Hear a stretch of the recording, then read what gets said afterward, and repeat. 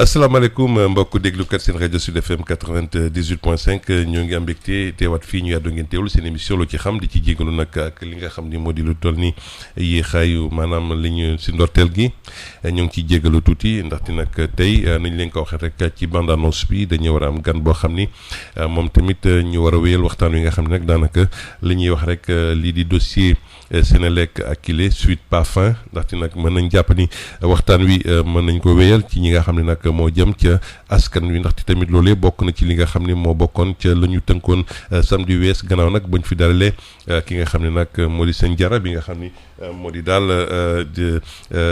délégué donc bi nga xam ni teewoon na fi ci fàddu woowu kon nag ñoo ngi taaxir lu tuuti rek mbokk yi ci nees kii sëñ ndaxte nag ki nga xam ne moo di maître Massokhna Kane léegi mooy si incha allah ñu door waxtaan wi comme ni ñu ko waxee woon rek ci li jëm ci wàllu li nga xam ne moo di dossier boobu waaye tamit li nga xam ne tamit moo jëm ca njeexital ga ca askan wi ndaxte nag loolu tamit bokk na ci ca lu ñu sumb ak yeneen yi nga xam ni bëgg nañ koo waxtaanee ak moom ci li nga xam ne moo di Covid bi nañ ko gérer rek ak yi jëm ci yenn yoo xam ni gis nañ ko ci moom tamit lan la ci gis ndaxte nag ci yeneen tamit jëfandikoo yoo xam ne nag askan wi dañ ko yittewoo mu jëm nag ci diggante dégg ngeen ci wàllu boulangerie yeeg ñële ci wàllu distribution bi ak tamit position askan bi na ci waxtaan ak yeneen yi nga xam ne nag war nañ ko mën a yëkkati fii ci ndajali incha allah tey ci 88 628 98 98 di gërëm bu baax nag pharmacie nationale d'approvisionnement bi nga xam ni moo leen di gunge si seen waxtaan bi nga xam ni moo di seen émission loo ci xam di émission scan bi nga xam nag daanaka askan wi koy def tamit ñoom tamit ñu mën cee woote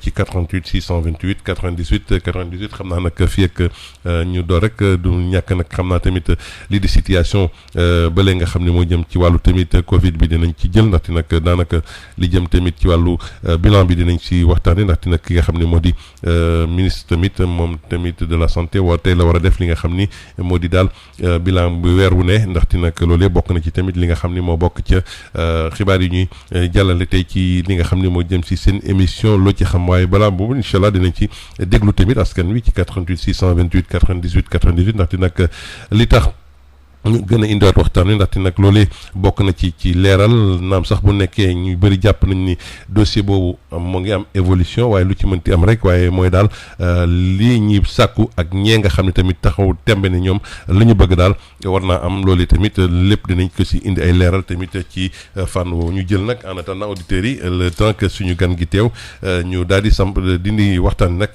jëmale ci yu bëri nga xam ni moo ngi fii soxal réew mi salaamaaleykum ku baax.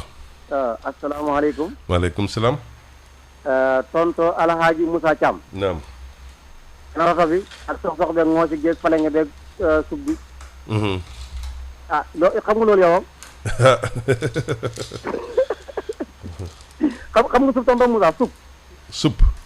waaw. sump. non sub waaw sub mooy li ñu takkee ñaar nag yi boo leen li ñu takk. déet ñaari béjjën yi noonu. déet. xam nga loolu. déet xaw ma ko. xam nga paliŋe.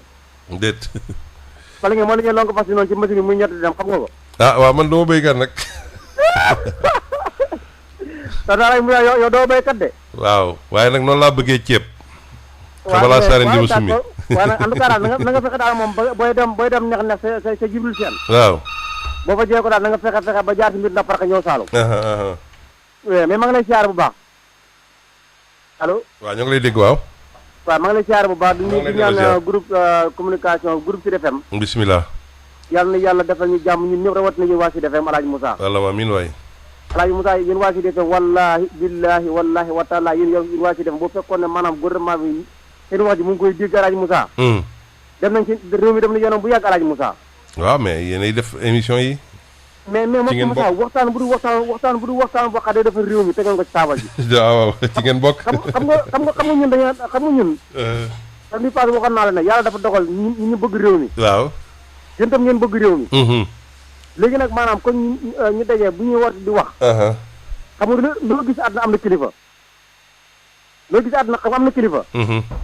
mais kilifa yi dogal nag ñoo war a gestuwaat encore di diglu 98.5 xalaat yi fi jokk ñu fexe jëfandikoo réew mi jëm kanam Alaaji Moussa. dëgg la. xam nga ñun amuñu temps boo xam ne dañuy dugg ci rajo bi ne wax ngelaw rek mu dem yoonam. maanaam dañoo wax ci loo xam. ak wax lu jëriñ askan wi. dëgg la. wax lu jëriñ nag ku ko war a jëriñ da ko war a jëfee jëriñoo ko. dëgg la kay jëriñ xam nga jëriñ dafa am ak njëriñu. waaw. jëriñ ak njëriñu dafa am. waaw xam nga ñun suñu rôle mooy dak mission de service public bu ñuy def na waaw ndax ci loolu taxawaay service public boobu nag maanaam waaw kilifa gi nga xam ñoo war ndagole gannaaw suñu barako temps la xam nga fii moom yàlla rek moo am doole dëgg la wallaay dëgg la waaw yàlla rek moo am doole waaye nag ñoom mën nañu jël mesure yoo xam si ñoom lay jógee Alaaji Moussa xam nga tey ba nga xool tey comme yaa ngi wax Senelec ak Akilee man Senelec ak Akilee tey man thème boobu tey man mënu mu si xuus ni xuus xam nga tax mënu mu si xuus man waaw dëgg la man dama amul courant sax bay wax waxi Senelec ak Akilee waaw wax ci loo xam rek seen milliards yi ñëwoon Alaaji Moussa tey bi ñu ko yóbbuwoon si àll bi tey est-ce que tey maanaam ba ngay dem tey mu ngaa na tey da nga may ma wax de waaw Saalum ngay dem tey contre lu ma téeméer dëkk loolu di làmb tàkk Alaaji Moussa loolu yéeme na wallahi nit la farka fi Moussa tey ñaari yoon laa dugg sa émission bi dëgg la yàgg nga kaa jooy wallaay dëgg bu ma waxee yow nii ni Moussa ba fu waxee nii benn pot lamb sax ñëw ko fi wala loo xamante ne Senelec teg na ma nga teg baaraam li am na yaakaar amagut est-ce que lu tax duñu wax il faut ñu wax dëgg la waaw man dama parce que dama ne sax xam nga directeur bi wàllu Senelec muy Pape Demba bi tey dafa war toog foofu si 98.5 leeral askan wi xam nga li tax waaw dañ ko dénk moom moomu ko dañ ko dénk mais ñun ñoo ko moom dëgg la waaw daf ñu kaa war a jox ndax carte d'identité bi xam nga yow tey Moussa sa carte d'identité drapeau Sénégal moo fi nekk dëgg la waaw man maa ngi ci sama carte d'identité drapeau Sénégal moo fi nekk Bawol drapeau Sénégal moo fi nekk Moussa ko ñu ñoo bokk réew mi waaw kon de mbir mi war naa jib waaw coow li yëpp lekk pour dëgg jib la incha allah te loolu lañu si bëgg loolu lañu si séntu incha allah rabbi du ñàkk nag bon yàlla defal ñu ci ndam ndaxte nag lépp lu ñuy yëkkati rek pour rek njëriñu askan wi la waaw ndaxte alalu askan wi la lépp njëriñu askan mais te doo Moussa da nga man damaa bëgg da nga man yow sama nijaay nga bëgg naa saa bu mu yëkkati sama kàddu nit ñi dama dégg ma def ko si jarak teggin boo wallaay dëgg la wallaay dëgg la du dëgg la waaye réew mi ma ñor ak sama dëkk mu ñor ma dëgg la comme ni ma ko wax sànq su rajo bi dama ne Moussa courant bi waa Senelec ak Akilee mayu wuñ reqi wuñ leb wuñ dañuy jaay Alaaji Moussa waaw incha allah dëgg la waaw léegi nag kon nag maa ngi guddal maa ngi nuyu sama Alaaji Bawol jërëjëf borom xam-xam boo sell bi di nuyu Alaaji Jibril Seen neex dégg incha allah jërëjëf ñu ngi léegi noonu sax bu baax a baax waaw kon gan gi ñëw na ñu le temps ñu mekk ñu installé tout de suite rek ñu daal di door waxtaan wi sur seen rajo Sud FM xam naa nag gars yi commencé nañu waaw di dugg ci émission bi waaye nag ñu may tuuti rek ñu le temps ñu dalal gan bi tuuti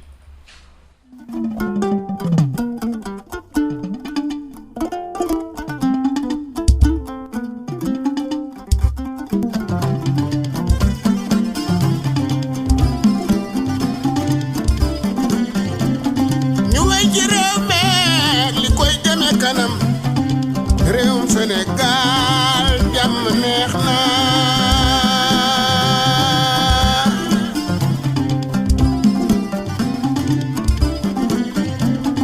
lu wéy ci réew meeg li koy doxal réewum Sénégal jàmm neex na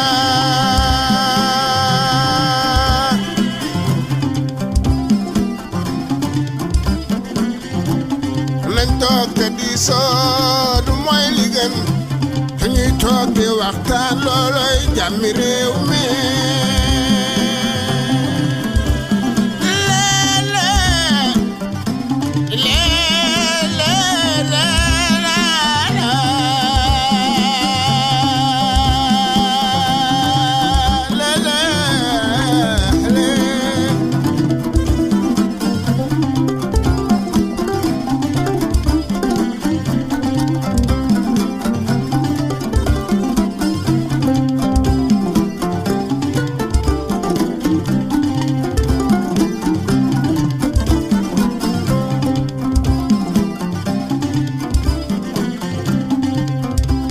abax ji ko yee ba noppi tabax takkay yaatal xol yi kër gi xadde xol bu yaatu fan na mbooloo mi suñu réew mi dañuy gërëm ke xam ba taal bi ki taxani toog di diisoo ak waa réew mi te xam ne réew mi ñooy boroom réeroo amul ñàkk a waxtaana am garabu réeroo sema ñu waxtaana koy gor mbaam gàtt na lool waaye ci njur gi la maam nopp yi rëy na lool waaye bu ci boole woonu déggoo yat du ko dal an ko rewul mbokki taani ko rewul bu taan ko rewoon bu ñëwee gubbale mbaam mu ëpp caw say saay bëggul ku koy tiiñal kuy rëbb du yor doolooli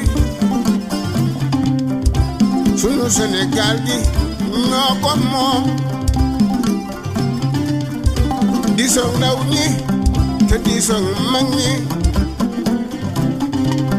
boo bañee ñaaw boo meree dese xel boo bañee ñaaw boo tiitee dese fit boo bañee ñaaw boo ñàkkee dese ngor bu géej gi feesatee ba jën yëpp naa war doo bëgg a dem boo ci amee looy jaaxle laaj ko moo ne ca géej. voilà jërë ngeen jëf ci ànd bi ngeen ànd ak seen rajo ñu doon jégalu rek doon installé suñu gan tey ñëpp xam ko ci Sénégal ak ci àdduna wërngal képp ci li nga xam ne nag mooy taxawaayam jëmale ko ci askan bi rawatina nag ñi nga xam ne moo jëm ci wàllu consommation ñi nga xam ne mooy consommateurs yi ndaxte SOS consommation nag ñëpp xam nag taxawaayam ci Sénégal Maître Massokhna Kane tey teewoon fii ndaxte nag ni ñu leen ko waxee rek ci njëlbeen lii di dossier Akilee Sud Parfum wala ñu xool nan la nag li nga xam ne moo di wane di mujj ki gëtëm ndaxte nag njeexital gi ci askan wi lan la est-ce que li nga xam ne tamit mooy la ñu nas moomee xelam màcc tamit si yoon na lañ ci war a joyanteeg ak yan lañ ci war a def ak yeneen yi nga xam ni war nañ ko mën a waxtaanee tey émission bi nga xam ne nag daanaka émission askan wi la gindeeku la ci yu bëri nga xam ne daanaka dinañ si dugg ndaxte nañuy joree tamit Covid bi ci wàllu woowu ndaxte tamit gis nañ si léeg-léeg nit ñi wax ci ay rëq-rëq wala nuñ ko jàngatee ba ci sax état d'urgence bi yi nga xam ne nag la mooy état d'urgence la mooy couvre-feu ak ku nekk lu ko yoon meeg yooyu yëpp ba nga xam ne nag ku nekk dana gindee ko ci yu bëri nga xam ne daanaka ñoo ngi fi bokk na ci tamit li nga xam ne mooy askan wi ñuy jànkoonteel ci yenn yi ñuy yittewu wala léeg-léeg tamit jëm ci li nga xam ne moo di seen i droit yan la ak tamit seen i ak yelleef yëpp ñoom tamit nan lañ ko war a laajee jëmale rek ci li nga xam ni mooy ya ñuy yittewu ñu dalal suñu gante nag di maître ni ñu leen ko waxee rek ci bande annonce bi maître ñoo ngi lay nuyu. maa ngi leen di fay. di nuyu seen auditeurs yi. di leen sant ci invitation bi di jégalu itam retard bi ma am parce que man dama jàppoon ni émission bi 10 heures lay commencé. loolu moo tax ma xaw a tardé ci yoon bi. waaw loolu la mais maa ngi ciy jégalu. amul solo incha allah di am contenté ci invitation bi. di ñaan yàlla li ñu fi wax yëpp mu nekk njëriñu askan wi di la féliciter ci émission bi xam ni. depuis mën naa ni lu yàgg. waaw ñu ngi koy suivre. mu nekk émission bu am importance bu yee askan wi ci lu bare. waaw kon ci biir réew mi ak ci bitim réew mi. donc ñu ngi lay féliciter di la ñaanal. yàlla barkeel li ngay def. amiin jërëjëf yéen a koy def daanaka yéen tamit borom xam-xam yi teew fi tamit di gindi askan wi ci yu leer yu bëri mais balaa ñu dem ci li nga xam ne moo di SOS consommation taxawaayam si réew mi xam nañ ko. waaw ñun nag suñu taxawaay dafa jafe. li tax mu jafe mooy ak lu ñu am yéene pour jéem a aar askan wi. jéem a aar ay àqam ak ay yelefam nguur gi du ñu dimbale. waaw du ñu jàppale ci benn côté. est-ce que te loolu waru garam loon parce que ñun li ñuy def mission de service public la. ñun dañuy défendre intérêt wu askan yi. donc nguur gi mission boobu daf ñu ci waroon jàppale comme ni ko yeneen réew yi di defee. xam ne dañuy joxe ay subventions. waaw évidemment dañ ciy am droit de regard ñoom. liñ lay jox dañ koy xool. nag nga koy utiliser. mais en tout cas pour défendre askan wi la. kooku benn jafe-jafe la amuñu ndimbal donc bénévolat pur et dur la. da ngay def ngir yàlla da ngay def parce que da ngay yaakaar ni da nga gëm ni. am na lu la yàlla xamal. tuuti loo xam ne lii. mën nga ci sukkandiku pour défendre askan. ñaareelu jafe-jafe yi te boobu moo gën a am importance. mooy population bi dafa mel ni xeex bi du seen xeex. parce que duñ ci jàpp duñ ci bokk. et te loolu frustration bu rëy la. parce que ngay xeexal nit. mu war a ñëw simmeeku bokk ci xeex bi. mu ñëw romb la. taxaw féliciter la ñaanal la. ba pare dem yoonam. dem préférer dem seetaani match wala mu dem. jouer ji carte wala leneen. teew li ngay xeex du pour yow parce que bu dee njëgu essence wala bu dee njëgu mburu wala bu dee njëgu ceeb. xëy na yàlla may na la ko. mais xeex bi na nga koy xeexal ñoo xam ne ay néew doole lañu. teg yoo xam ni jaaduwul. nga leen di xeexal ñu ñëw mel ni xeex bi bokk ji. des fois sax dañ lay sànni ay xeer. naan voilà kii boppam la fi nekkal. wala kii dañ koy jox xaalis. léeg-léeg ñu wax quoi ñu ne ñoon yéen station yi seen bopp ngeen fi nekk ak yu mel. voilà waaw. donc loolu ci jafe-jafe yi la. aussi ñetteelu jafe-jafe bi mooy presse bi. parce que presse bi mooy véhicule d'information. maanaam information yi. presse bi ñoom ñoo koy véhiculer. ñoo koy tas ci askan wi ñoo koy tas ci àddina bi. presse boobu buñ ñu soxlaa ñun dañuy am facilement. waaw bu ñu woowee rek ñun dañuy daal di ñëw parce que day nekk espèce de tribune boo xam dinañu permettre. ñu wax tuuti ci li ñu def. wax tuuti ci àqu askan wi ak yooyu. waaw mais doon nañu bëgg presse bi jàppale ñu. surtout ay question de survie des populations. oui moo xam santé la moo xam éducation. moo xam habitat moo xam transport. oui téléphone électricité ndox yooyu yëpp. dañu bu ñu sañoon daal presse bi dana ci gën a intéressé wu. waaw li ñu gis mooy titres yi tous les jours. affaire politique la affaire mœurs la. ay kii fait divers wala yu mel noonu. vraiment te alors que les questions de l'heure mooy actuellement li nga xam ne mooy consommation bi aussi tamit fat dañ cee war a wax bu baax. consommation bi c'est très important. parce que dundu nit ñëpp. consommation. oui ñii dañuy produire ay biens et services. oui ñii war ko consommer. ñi koy consommer ci fànn yëpp dañu am ay droits. évidemment dañu am aussi ay devoirs. waaw mais dañu am ay droits. droits yooyu dañ ko war a sàmm. comme ni ma leen wax sànq état bi loolu moo doon mission. mais comme defu ko ñun association de défense de consommateurs yi ñoo koy jéem a def. avec beaucoup de difficultés. parce que consommation boobu ci fànn yëpp la. waaw fànn yëpp même ngelaw bi ñu noy. bu ñu noy. bu ñuy circuler ci littoral bi. waaw ci géej gi. géej gi pollution bi pollution atmosphérique bi xam ne day feebar ay nit. environnement bi en général. oui saleté wu dëkk bi. santé bi problème yu bare moo ci. mais justement ci problème littoral bi mën nañ si teg baaraam tuuti ndaxte nag gis nañ ni coow li déjà am na diggante ñi nga xam ne ñoo di yenn promoteurs yi boo ci sax ay environnementalistes taxaw ne bon vraiment ni ñuy joxe peut-être maanaam nu ñuy libérer foofu pour nit ñi di fa tabax y a un problème. y a pas un problème y a beaucoup de problèmes. ah oui y a beaucoup de problèmes. ñun SOS consommateur. ñu ngi bokkoon ci Perle. Perle c'était pour la protection du littoral. donc ñu ngi féliciter acteurs yi d'ailleurs. di wax ni ñun ci lañ bokkoon ci coalition boobu lañ bokk. mais dañuy gis de plus en plus. agression ak prise de possession du littoral. du bord de mer. par des privés. ñoo xam ni lu ñëpp bokk. ñu xañ ko ñëpp ñoom dong ñu jariñoo ko. loolu warul jaadu ci benn dëkk. te ñun gëm nañ ni tôt ou tard dana am li ñuy wax loi sur la réappropriation. maanaam danañ dem ba jamono. xëy na ñun la wala suñuy doom wala suñuy sët. dinañu remettre en cause propriété boobu. privé yi nga xam ne ci littoral bi la ñoom nañ ko xam bu baax. mais ñoo leen di faciliter ba ñu am propriété yooyu aussi. mais évidemment c'est l'administration. administration responsabilité principale u administration la. moo tax dañuy féliciter. action bi nga xam ne le maire Barthélémy Dias def na ko bërki démb. taxaw fippu. opposé wu. te loolu la Sénégalais yépp war a def. ñun en tout cas ñu ngi ci ginnaawam ñu ngi koy encourager. ñu ngi ci ginnaawam. ñun suñu association bokk nañu. d'office ci ñoom seen combat. parce que combat mënu ko gën a noble. Sénégalais yépp lay interpeller ñu ñëw bokk ci affaire boobu parce que booru géej gi ñun ñëpp ñoo ko moom. ñun ñëpp ñoo ko bokk. naka ngay rombee sur des kilomètres nga koy romb littoral. di ko romb corniche bi nga xam ni bord de mer la nekk. nga xam ni boo demee Maroc. seen bord de mer bi marina bi ni ñu ko defaree macha allah. nga ñëw fii. ñu xam ne da ngay daw ay kilomètres. ci tali bi mur rek ngay gis. alors que géej gaa ngi fi. nga gis ñoo xam dañu def mur. approprier ko moomal ko seen bopp ñoom dong. xañ ko askan wi yëpp loolu jaaduwul. te dañ ciy ñaan président Macky Sall mu jël ci ay mesures yu rapide. yu énergique pour que loolu dakk. ñi nga xam ne dañ leen joxoon ay titres.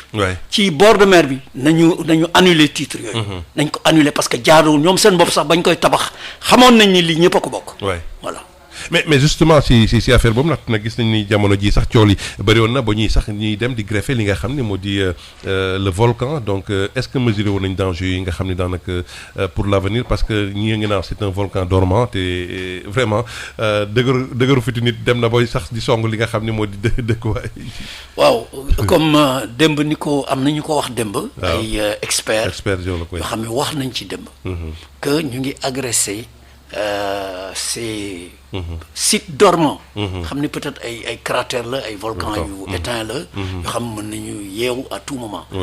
li ñu gis lu ñaaw la. lu ñaaw la loo xam ni xel mënu ko sax nangu. lu mel ni colline xam ni ay montagnes la ak ay collines yoo xam ni yàlla ci alxuraan sax dafa wax ni daf ko samp pour suuf si bañ a yëngatu. nit di ñëw am fitu di ko dajji. di ko gas.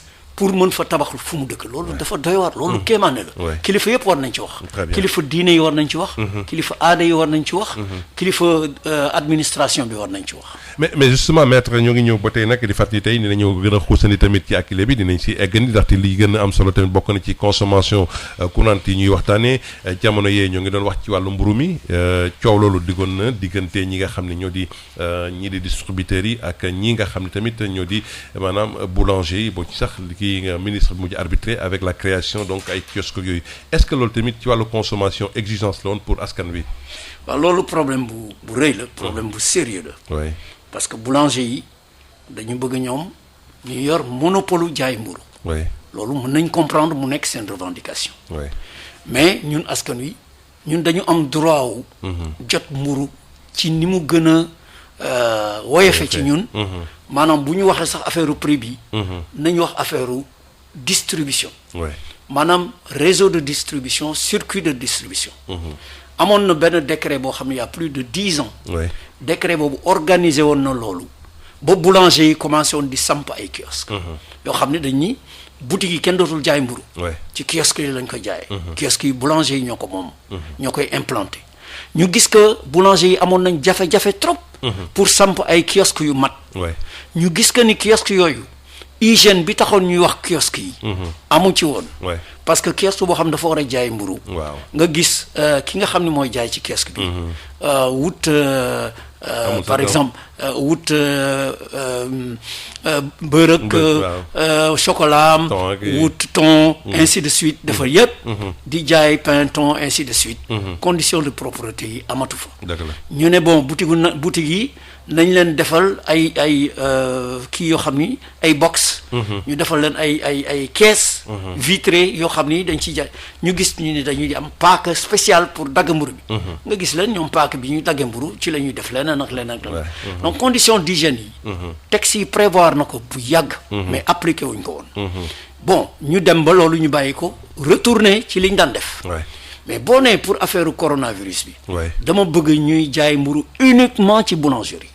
boulangerie mën nga dox peut-être 500 mètres wala 1 kilomètre doo gis boulangerie.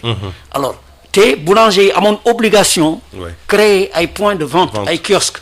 amuñu mat pour matale loolu. obligation boobu mënuñu ko def. ay gis boulanger boo xam ni dafay am. 10 kiosques.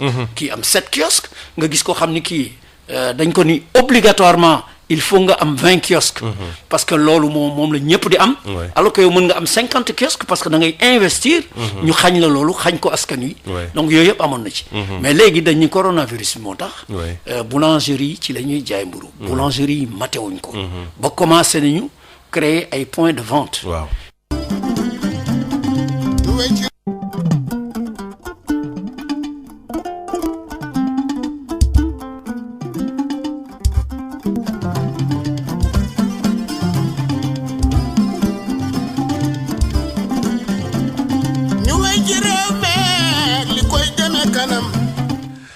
jërë ngeen jëf ci ànd bi ngeen ànd ak seen rajo Sud FM nag ñu mën a permettre rek li nga xam ne tamit moo di waxtaan ñu sumboon ak ñi nga xam ne tamit ñoo ñuy déglu jamono ji ak suñu gan di Maître Massokhna Kane ñu mën ko eggali ndaxte nag loolee ñu jàpp tamit lépp si liggéey bi la kon nag ñi nga xam ne ñoo techniciens ñoo ngi ci liggéey pour rek incha allah ñu dégtal leen ko ci yeneen ni jotaayu xibaar kon nag ci kanam tuuti ñu Maître Massokhna ñoo ngi jégalu ci situation bi te mais ban commentaire ngay def déjà ci li nga xam ne moo di situation bi ñu joxe.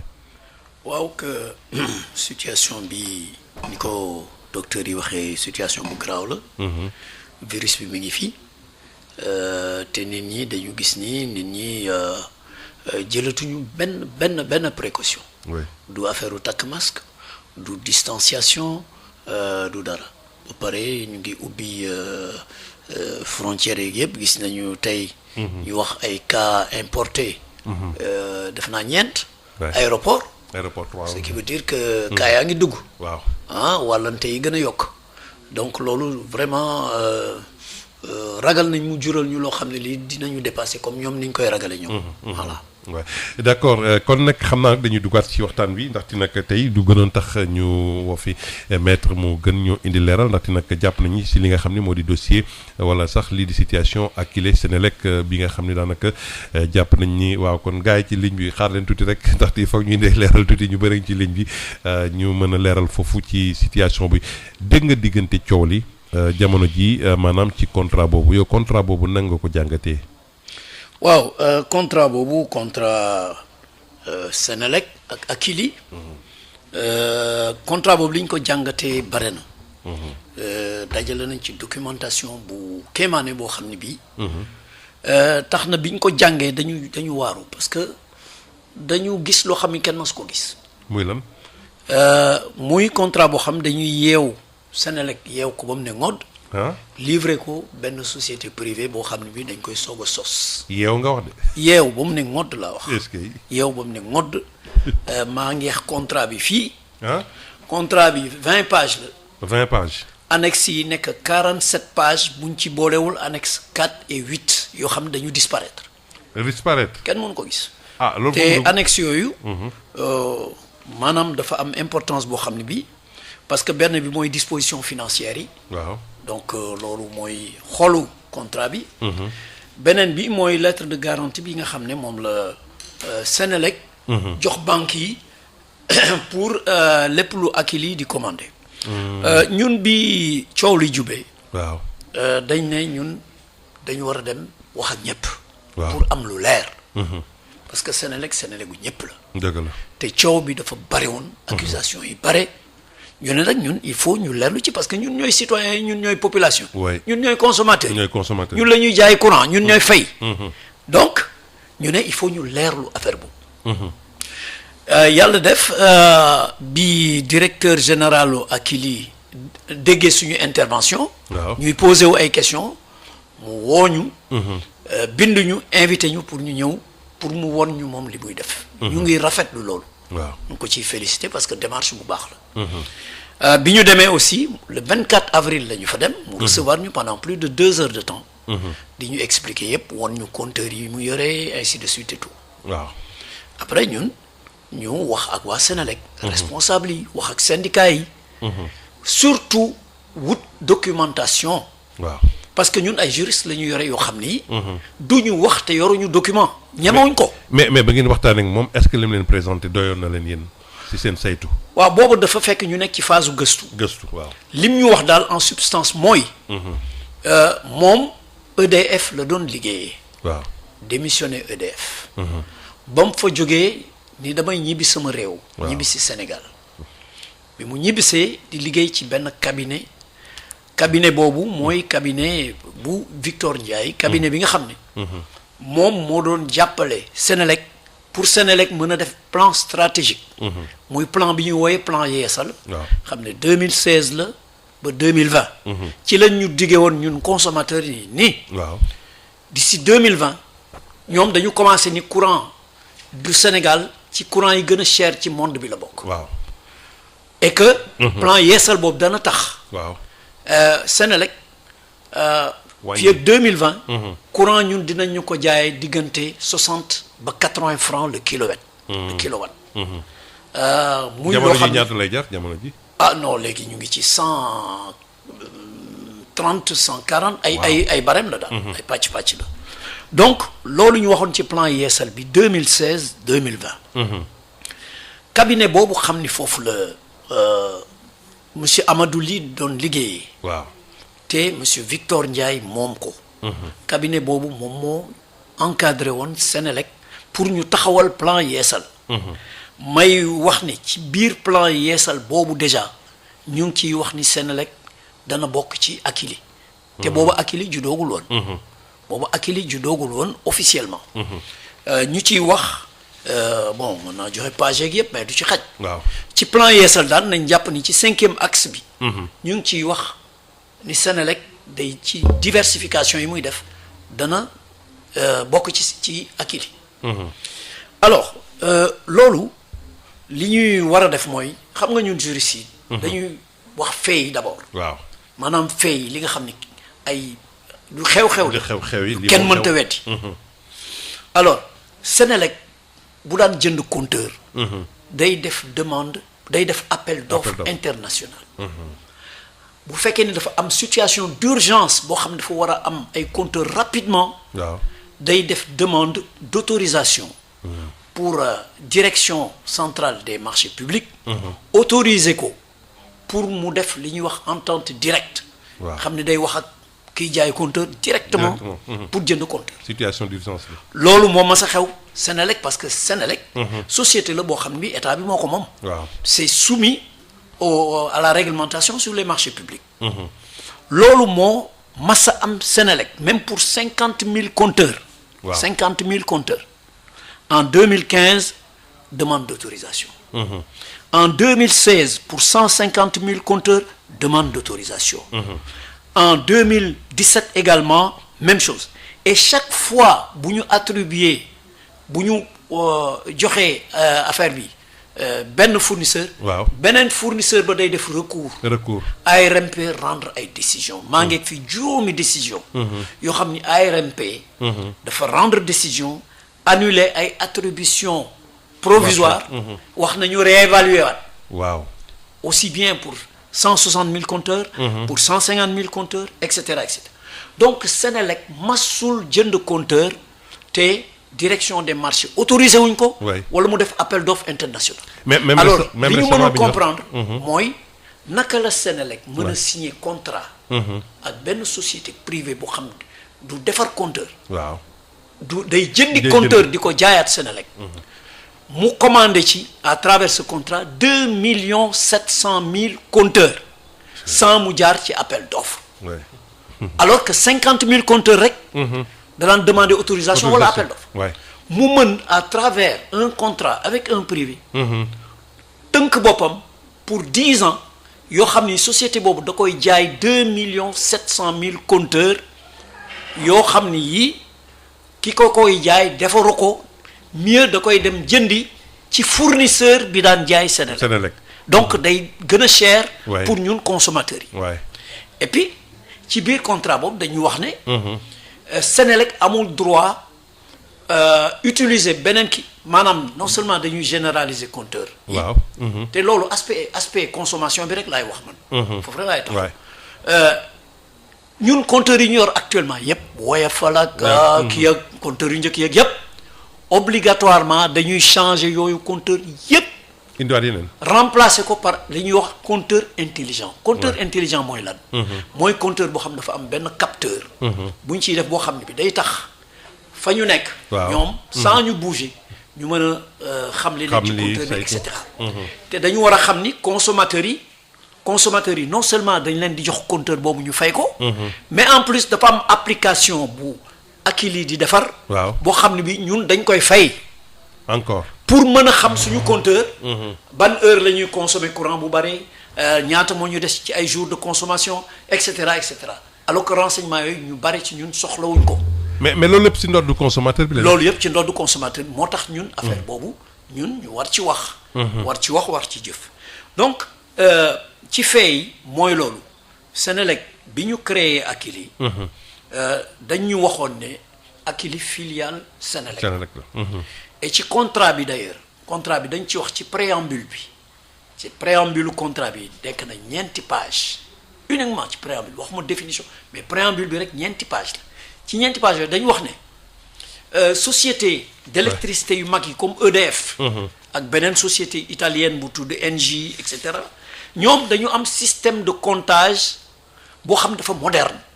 ñu ne il faut Senelec am système de comptage bu mel noonu. alors que ñooñu da ngay gis ay bon 150 000 employés 250 Ay filiales yu mag employés la. 250 000 employés à Emploi. travers le monde. ñu ne léegi il faut Senelec def noonu am système de comptage mais li ñu wax ci préambule bi dañ ni ñooñu waaw dañu wut filiale boo xam ne bii mooy développer système de comptage boobu maanaam ñoom dañ koy def à travers leur filiale. mu nekk seen biir société. mu nekk seen biir ñuy décider.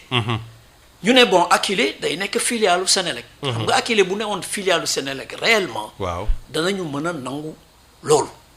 mais société boo xam ni ñi nga xam ne ñoo la doon jàppale pour nga def ce plan stratégique. waaw ñoom ñoo génn dem créer société boobu parce que il faut savoir que Akilee bi ñu koy créer en 2017 le 9 juin 2017 ñi ko créé mooy monsieur Amadou Ly boobu. xam ne dafa démissionné ci cabinet boobu dem créer ko ak monsieur Victor Ndiaye xam ne moom cabinet bi Amadou Ly doon liggéey ak beneen ku tudd Samba Lawbe Ndiaye. ñoom ñett ñoo ko créé am 66% jox Senelec 34% donc Senelec du Akilee du filialu Senelec. d'accord loolu il faut que ça soit clair or ci préambule bi dañu wax filiale. Akilee du filiale. mais donc contrat boobu yéen ñi nga xam ne yéen juristes yi li ñuy wax ci moo ngi ci délit d'initié bi. alors man du ma qualifié gum délit comme ni ma la wax damay basé wu ci fay li ma gis daal ci contrat bi mooy. wax naa la sànq Senelec daf ci tënku dañ ko yeew moom ni ngodd ci contrat bi. waaw ni ñu ko defee mooy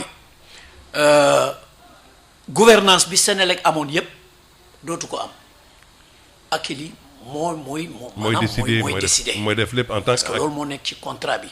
te Akilee li muy indi mooy système de comptage bi. mooy SIA bi ñuy wax. moom lay indi te bu ko indee jaayu ko Senelec daf ko loué Senelec pour 10 ans. waaw daf ko loué. pour 10 ans. pour 10 ans buy dem day yóbbaale yëfam yépp lépp moo ko moom. ñu recommencer à zéro. lépp moo ko moom te pendant ces 10 ans là. dañu wax ci contrat bi ne Senelec amul droit développer beneen système boo xam ne bi da koy defaral boppam pour contrat maanaam contrat bi bu jeexee. mu mën a jël système mu boppam. waaw dañ ni Senelec amul droit nii moom nii ay partenaires am développer beneen système de comptage amul droit utiliser beneen système de comptage budul bu Akilee bi. mais kon dafa verrouiller seen contrat en même temps exclusivité. amul droit aussi jënd feneen compteur budul compteur yi ko Akilee di jox. te compteur yooyu Akilee du ko defar da koy jëndi ca fournisseur ba jaayaat ko Senelec. loolu aussi lu rëy la parce que dafay gën a cher ci ñun. et ensuite propriété wu logiciel bi nga xam moom la ñuy utiliser. ba ci fin de contrat bi Akilee moom lépp Senelec moomu ci dara. Senelec moomu ci dara donc 10 ans yi bu matee. ci la Senelec di soog a seet moom ban système de comptage lay développer. mais pendant ces 10 ans amul droit sax jéem a kii et puis dafa am lu dangereux lu nekk ci biir. mooy lan parce que dañ ni Akilee dafa am ay partenaires techniques yooyu ñooy ñan ñooñu xam nga. en dehors de ñoo xam ni ñi ñooy ñëw. soit ñoom ñooy indi logiciel wala ñu jàpp ci liggéeyu logiciel bi. waaw mais gis nañ ni EDF ñëw na fi. EDF bi mu fi ñëwee en novembre bii passé dafa signé ñaari convention ak Akilee. ba pare di wax ni dafa bëgg a dugg ci capitalu Akilee et mi ngi xaar autorisation gouvernement du Sénégal. loolu affaire bu doy waar la. mais est-ce que loolu du pousser ba ñu dem sax ñu privatiser Senelec.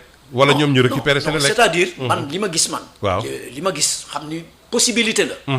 mooy Akilee EDF bu duggee fi mu nekk ci Akilee jënd fa ay part de capital te kenn mënu ko tere. waay kenn mënu ko tere en tout cas ci li ñu gis gum ni kenn ñoom dañu wax ni ñu ngi xaar rek feu vert u gouvernement du Sénégal. mais il faut savoir que Akilee société privée la du filiale Senelec. waaw société privée boo xam ne Senelec daf ci am 34% rek. waay donc ñeneen actionnaires yi bu leen neexee ñu jaay seeni action te signé nañu ñaari convention ak EDF en novembre. signé nañu ñaari convention ak EDF seen président Jean-Bernard Lévy moo fi ñëw. waaw signé ñaari convention en novembre donc ñun. dañuy yaakaar ni EDF dafa bëgg a dugg ci Akilee. pour mën a contrôler activité wu Senelec waaw loolu la ñuy ragal. waaw neewuñu loolu mooy am. mais loolu la ñuy ragal. mais est-ce que ni ngi ciy alerter ñi nga xam ne ñooy les autorités compétentes sur ça. waaw c'est-à-dire que ñun suñu position officielle. waaw bientôt dinañ ko publier dañ doon xaar pare suñu documentation. maintenant on a fait le tour li ñu manqué rek mooy ñaari annexe contrat yooyu ñuy wax ni dafa disparaître. mais supposons toutefois que EDF ak li nga xam ne mooy jaaree na par Akilee pour dugg intégrer ci capitalu Senelec ban jeexital donc lay am ci askan bi surtout nag ci ñun consommateurs yi. ah non dafay gën a cher déjà.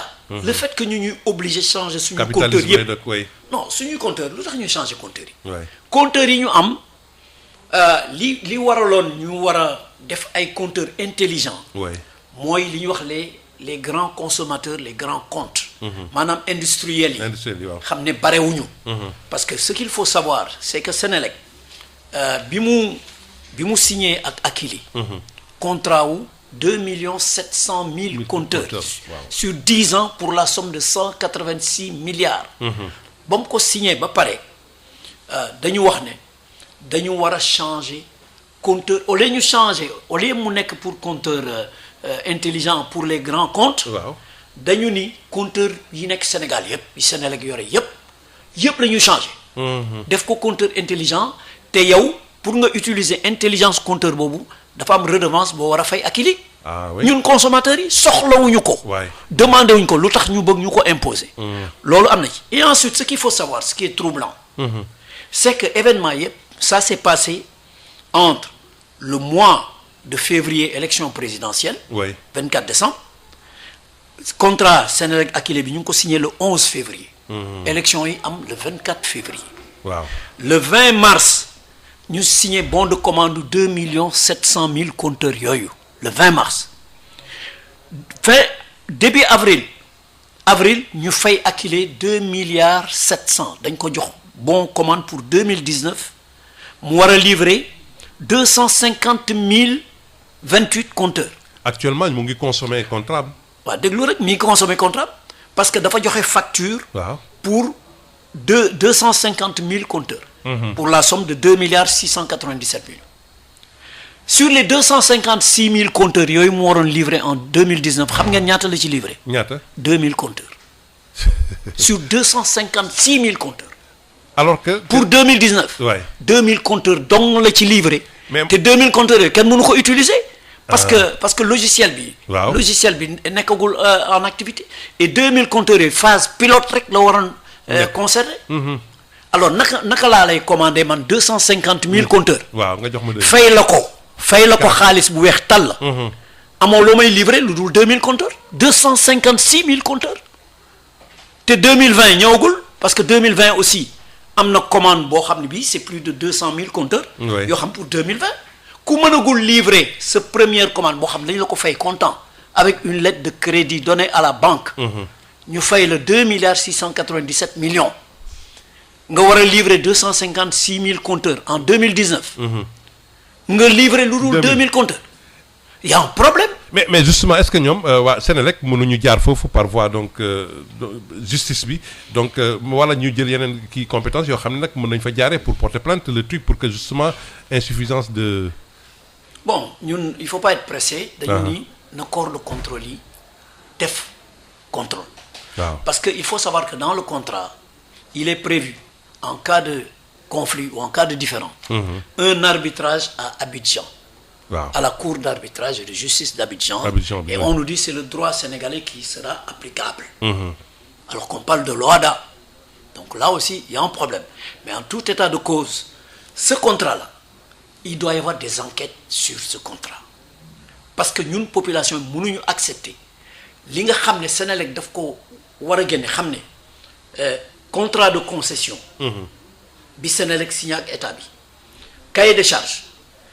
Règlement de service yi nga xam ne dafa am ay obligation yoo xam ni Senelec daf ko am vis-à-vis askan wi ñu bëgg a transférer yooyu ci Akilee loolu duñ ko nangu. waaw loolu il faut le savoir duñ ko nangu obligation yi Senelec lañ ko jox. parce que service public la. courant bi service public la bu état bi jox en concession à la Senelec naka la Senelec di jëlee ci benn contrat privé boo xam même droit d'enregistrement yi Senelec a ko fay. ah oui Senelec moo ko fay lépp ci nord Senelec moo ko fay ça fait plus de 200 milliards 200 millions. mais ay droits d'enregistrement. mais maître ak fu ñu toll nii ci contrat bi boo jot nañ ñëw dugal des trucs comme ça est-ce qu'il y a des possibilités pour que tamit ñu casser contrat bi. waaw ñun dañu gëm c'est-à-dire bëgguñu gaaw a wax aussi. waaw mais dañu yaakaar. on parle de négociation dégg nañ ko si par je ne sais pas est-ce que c'est confirmé ou pas. ñun dañu gëm ne. négociation warul am ci loo xam ne lii dafa am fraude. maanaam bu fekkee am na fraude. am na dol am na ay njublang yu lal contrat bi. te loolu enquête rek moo ko mën a wax. bu fekkee am na. parce que affaire yi dafa doy waar. waaw yow pour nga commander 50 000 compteurs. waaw il faut nga am autorisation. waaw il faut nga am autorisation direction des marchés publics. 50 000 compteurs.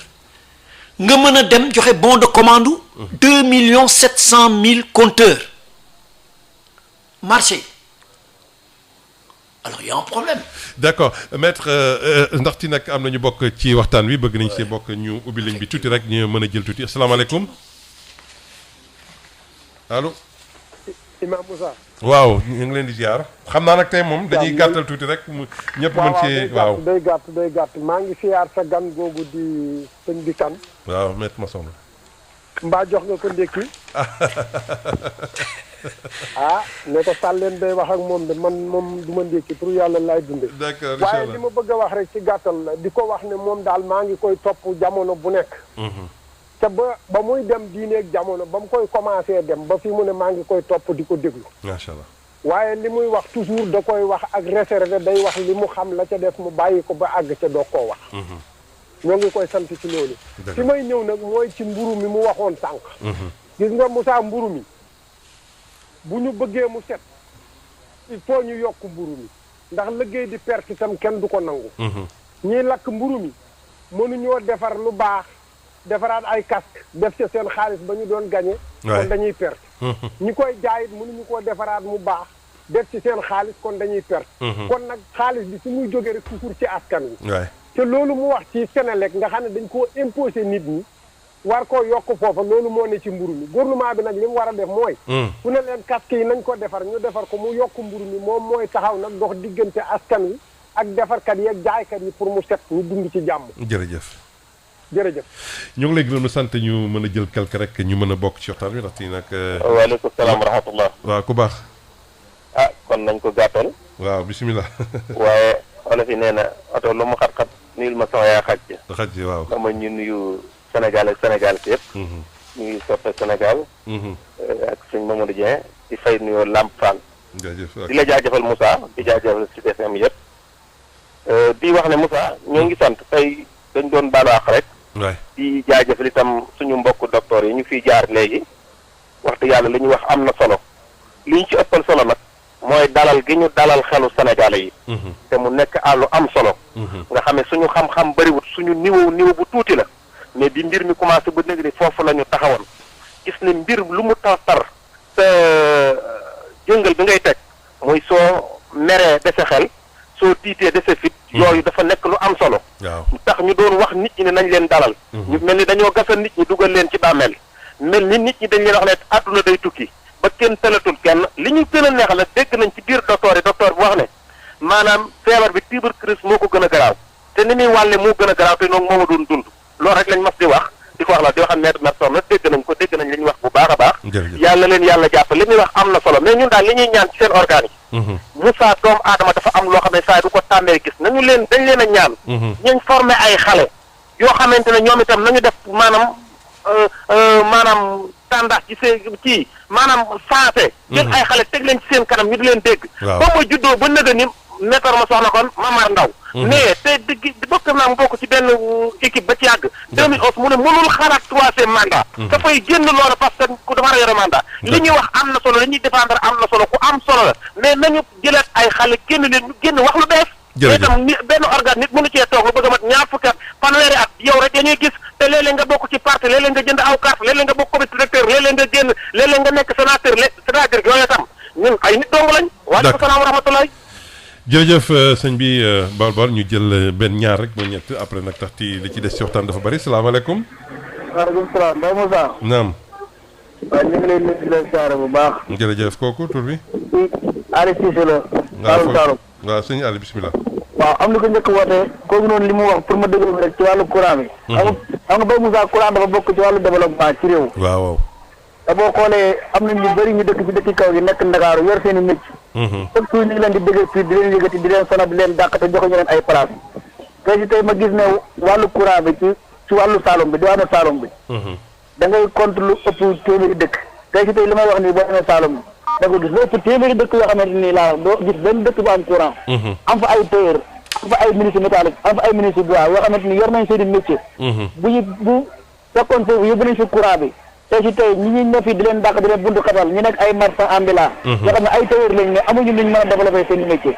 tey si tey dañ doon ñaan directeur bi nga xam ne moo yor wàllu courant bi muy Pape Demba Goudou bu fekkee moom mënoon yóbbu courant bi ci nga xam ne mooy Saloum bi am courant bi ñu ko yokkee gars yi dañoo waxoon ne courant bi yokk nañ waaye dëkk kaw yi ñoom lañ bëgg yëg courant loolu lañ waxoon après man loolu dañ ci bëgg a sukkandiku pour tàmbantoo ko pour maanaam def ko lay mais du loolu noonu ndax ñun yàgg nañuy jooytu courant ndax foofu man daa dégg maa muy wax sa rajo bi juróomi at moom koy wax juróomi pot lampe courant bi ñëw dëkkam ba léegi nii amul kenn ku fa dem natt ko léegi nag ñi nga xam ne ñu ngi fii nekk si fii ni Dakar yow seen métier ñi tailleur leen ñi ministre métallique leen ñi ministre bois ñi nekk ay tôlier su courant bi demoon ci dëkk àll yi dañ leen abal seen dëkk dem foofa liggéey fa ndax moo gën a jege seen dëkk gën a kii ndax courant daal bokk na si développement am réew te ñun Saloum da ngay compte lu ëpp téeméer dëkk doo jaas dëkk ba am courant jërëjëf sëñ Cissé waaw kay jërëjëf voilà ñu mën a gàttal rek ku nekk ñu may ko peut-être tuuti mu mën cee barkeelu ndax ci nag waaw ñu bëri dañoo bëggoon depuis sànq ñu ngi doon woote serveur ni dañoo bëgg asalaamaaleykum waaleykum salaam sëñ Moussa naam na nga def waay sant yàlla bisimilah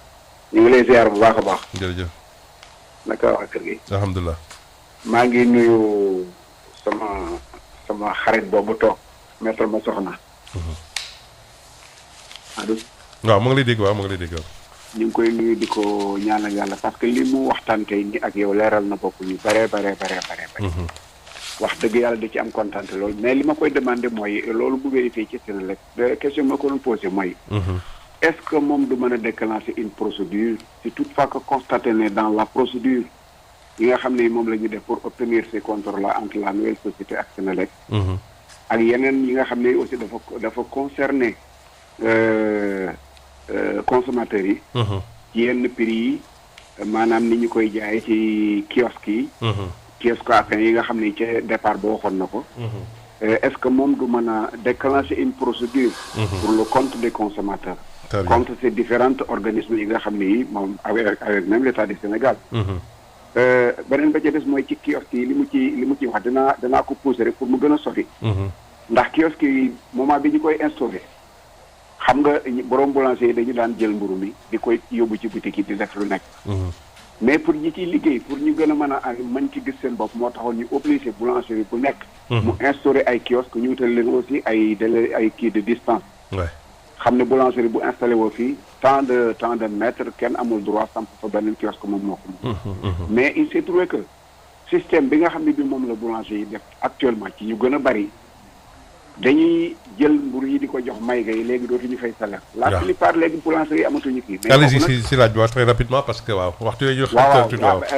mais loolu nag xam naa ni moom du xam boulanger yi mais y a la complicité aussi des syndicats beneen ba ca des mooy xëy na dafay xaw comme temps bi dafa kii di gërëm rek di sant encore une jërëjëf ñu ngi parce que rajo la boo xam ne bi vraiment danañu permettre ñu mën a exprimer bu baax a baax di am kontaan lool di leen ñaanal yàlla baax a baax voilà jërëjëf ñu mën a jël kenn après daal di ndaxte nag li ñuy waxtu ñu xaj rek moo tax asalaamaaleykum te émission bi askan asalaamaaleykum maaleykum salaam Moussa naam Diallo waaw Diallo Moussa Diallo na nga def waaw man xam nga lan si daan laa bëgg a wax par rapport ak maître Massokhna Kane oui ñun léegi xam nañ lan moo tax courant bi cher au Sénégal li yëpp si ñun lay dellu ñun consommateurs yi waay te Senelec li ma ci métti mooy dañ ci toog ay at yoo xam ne dañ doon accuser clients yi ne dañuy sàcc courant di wax yooyu yëpp di ko wax ci clients yi dem nañ fi beneen di boole nit ñi ci quartier yi naan bu ngeen gisee ku ne si courant ngeen boole ko ñu may leen xaalis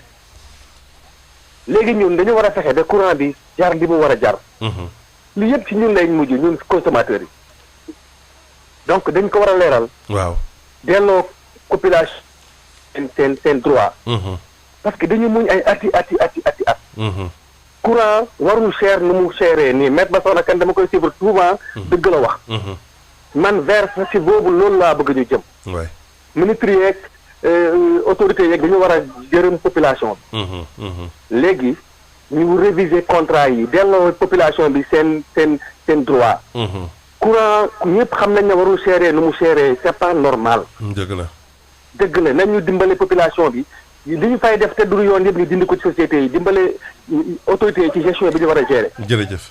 parce que ñun li ñu amee woon confiance ci ñu mujj ay ci se nekkee ak ñi ci topp dañuy yaakaaroon ne société bi fu mu jëm day avancer la population yi ba. kon peut-être le dernier waaw bu ñuy jël wala nag ñu mën di continuer waxtaan waaw ñu mën a jël kenn rek waaw asalaamaaleykum allo.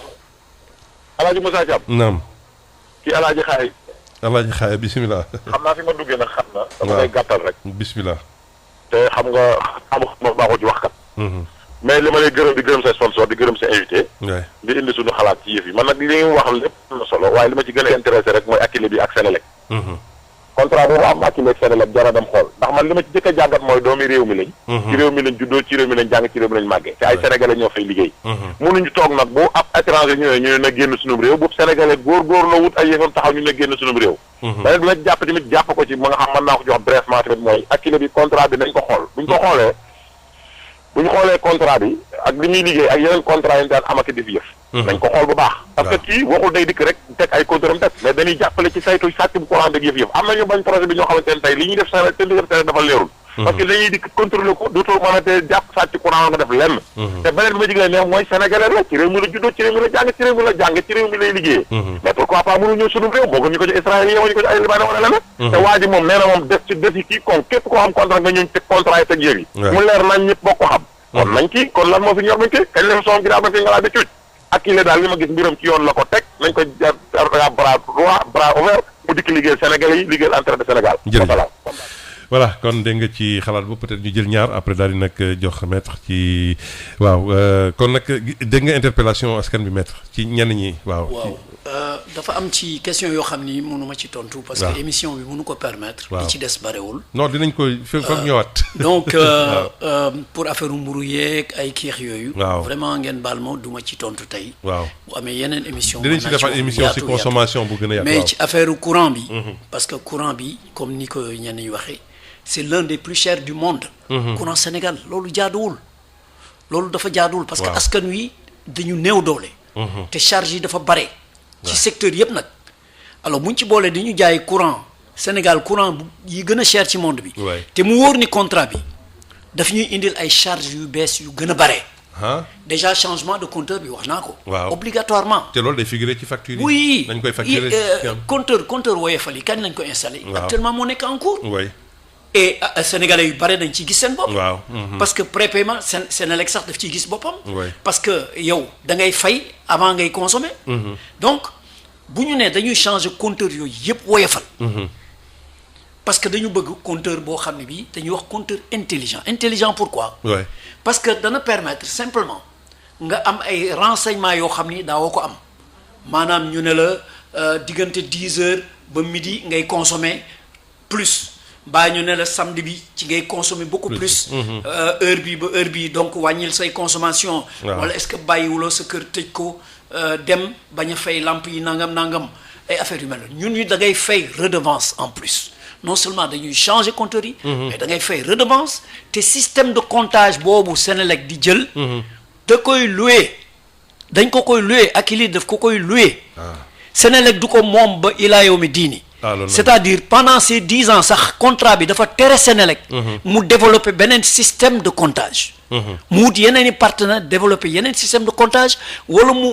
ut yeneen façon wu compteur amul droit pendant 10 ans mais naka la ñu mën a tëjee société surtout société état boo xam ne bi charge yi muy am yépp dañ koy sëf askan wi après parce que mooy tax ñu déterminer prix wu courant bi donc ñu bëgg ci teg ay charges yoo xam ni benn société privée bu ñëw boo xam ne bii d'accord c'est des Sénégalais on est d'accord mais 3-4 Sénégalais seen intérêt est-ce que dinañ ko jëndee est-ce que dinañ ko jëndee intérêt ay millions wu Sénégalais ay millions wu Sénégalais benn société boo xam ne 4 wala 5 Sénégalais ñoo ko moom y compris Senelec mais cette société là non seulement uniquement sur les compteurs il y a 186 milliards sur 10 ans mais da nga koy fay da nga koy rémunération bi dafa am ñaari pàcc dafa am une rémunération fixe ak une rémunération proportionnelle variable en fonction des résultats yuy wax ni moom moo lay permettre ndax comptage bi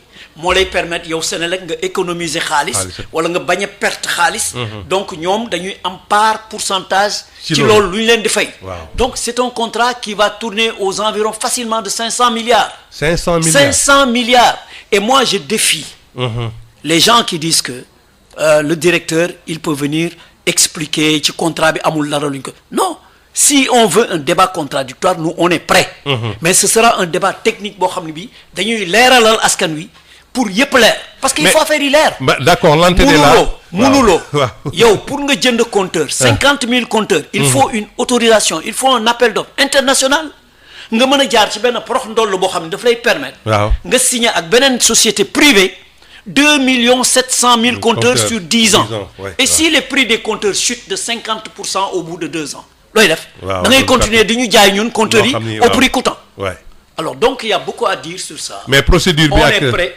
alors ñun de toute façon nous on va agir on va saisir des autorités pour que au nom des consommateurs ñu def enquête xool contrat bi li ci jaarul yoon ak li ci jaar yoon ñun dañu bëgg d'abord ñu leeral. mais annexe 4 ak 8 bi fu mu dugg moom. annexe 4 ak 8 bi kenn xamul fu mu dugg. mais en tout cas annexe 4 bi. waaw ce sont les dispositions financières. donc mooy xolu contrat bi. mooy xolu contrat bi. annexe 8 bi. mooy lettre bi nga xam ne Senelec daf ko joxoon banque pour que Akilee lu mu bëgg a jël.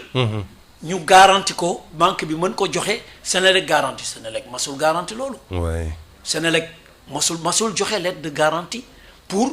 un fournisseur boo xam ne bi dafa war a dem jëndi jaayaat ko Senelec joxe lettre de garantie jox ko manque loolu xel xalaat ko donc il y a énormément de choses que ñun juristes yi en tout cas li ñu gis ci contrat bi xam ni ça fait plus de 80 pages ce contrat et ses annexes wax naa leen ni exposé bi rek li ñuy wax exposé des motifs au départ rek préambule bi rek ça fait 4 pages wala 5 ci lañ waxee ni EDF ak ENGIE ak yooyu dañoo am système de comptage boo xam ne bi seen benn filiale moo koy def et ça les rend beaucoup plus performants avec des compteurs intelligents est-ce que ñun Sénégal tolloo na ñoom ñooñu est-ce que près de 3000 employés Senelec niroo naag société bu am 250 000 employés et consorts est-ce que ñooñu war nañ leen tëkkale même booy diirante mbagg da ngay diirante mbagg sa morom absolument voilà donc il y a énormément de choses à dire c'est dommage que temps bi permettre mais li ñuy gën a ñaan daal mooy débat contradictoire mais ñoom bu fekkee wóolu nañ seen bopp nañ ñëw fii nañu def débat contradictoire nañ ñëw émission xam ne dañuy toog dans la sérénité et dans la courtoisie ñu mën a waxante ci li nekk ci contrat bi ak li nga xam juwul maa ngi ciy profiter di féliciter syndicats yi nekk Senelec parce que ñoom ñoo tax affaire bi feeñ ñoom nee nañ affaire bi yëguñu koon dañ ko nëbboon ñoom ñoo dem interpeller direction générale ni leen contrat bi nangam ñu commencé ci wax ba affaire yi feeñ donc vraiment il faut ñu enquête il faut que les corps de contrôle enquête mooy ARMP mooy OFNAC mooy ñeneen ñi il faut ñu enquête pour leeral te ñun dañu bëgg commission de régulation du secteur de l'électricité CRSE mi nga xam ne ñoom ñooy régulateur électricité bi ñoom it ñu dugg ci wax ji enquête ci ñun dinañ leen saisir de toute façon et puis on va voir il faut yëf yi leer ñun li ñu bëgg sa ñun sénégalais li ñu nar a teg suñu ndodd sur pendant 10 ans dañu bëgg mu leer maître am na solo trop kon ñoo ngi lay gërëm sant ndaxte nag waxtu yi mbokk yi c'est vrai que di ñàkkat ñu évolution yi parce que ñoo ngi naan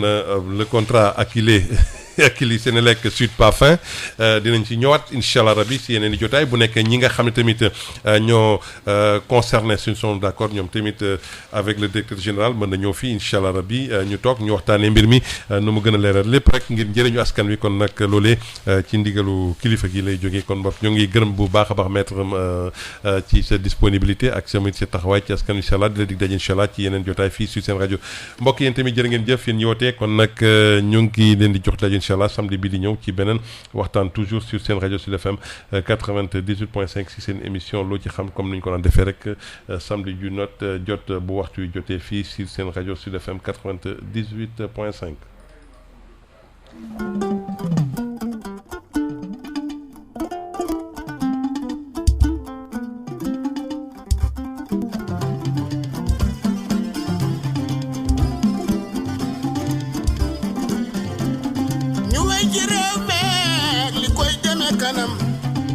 réewum Sénégal jàmm neex na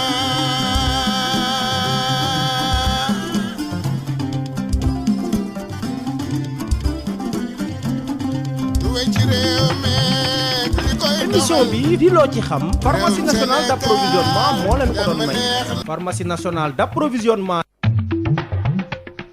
émission bi di loo ci xam pharmacie nationale d'approvisionnement moo leen ko doon may pharmacie nationale d'approvisionnement di PNA di leen taxawu ci ay garab ci générique muy garab yi nga xam ne garab yu baax la yomb te wóor te ngeen soxla ko fépp fu ngeen nekk te mu jëm ci ñëpp ñu xamal leen ne PNA mu ngi ci région yi nekk ci Sénégal yépp